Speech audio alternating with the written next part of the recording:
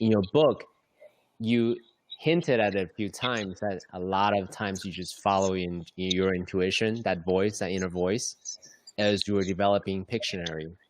Right. So, but when I read it, it's like a Cinderella story. 'Cause it sounded like, yeah, I was just open, I trusted, I had a vision, and I did it in spite of all of the challenges that I faced. So if you don't mind going back to the moments where you really had to dig inward to listen to that inner voice when the external are chaotic, crazy, uncertain. Tell that story a bit, because otherwise it's a little bit unrelatable to people who are just reading the book. Does that make sense? Sure. Um, Following my intuition, when the whole thing got started with me panicking.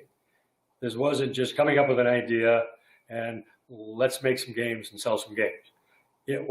I was overwhelmed when I got started. I thought, okay, I'm going to make a game. I'm going to do this. This wide-eyed, yes, I'm 24, 25 years old. I can do it. But then as soon as I started, or even tried to start, I got inside my own head. I started overthinking everything. I started labeling myself. I was waiting table. I'm just a waiter. I can't do it. And so it was debilitating.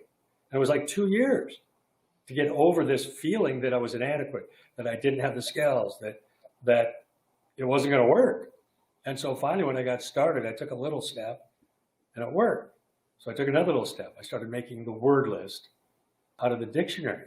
But it took me 2 years to actually get started. And then there was times along the way, I hired a friend as a business partner. My intuition told me it wasn't right, but I was desperate and I didn't listen to myself, basically. And fortunately, it didn't work out with him.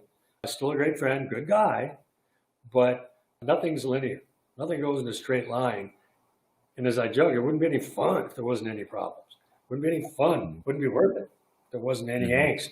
Because you know who you are, who your friends are, really what you are made of when shit goes bad. It's easy to plug along and, okay, this happened. But when the chips are down or you're confused or you really don't know what to do, that's when your intuition takes over. And that's when I found out I can do it.